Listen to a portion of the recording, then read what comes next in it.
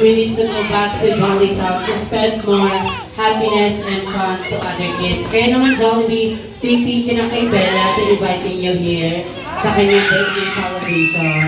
Say bye, Jollibee! Thank you for dropping by, Jollibee. Hanggang sa muling pagkikita, paalam! Bye, Jollibee! Bye-bye! Hoy, naag! And this time, tawagin ko naman si Mommy and Daddy. Let's hear a thank you message para po sa lahat ng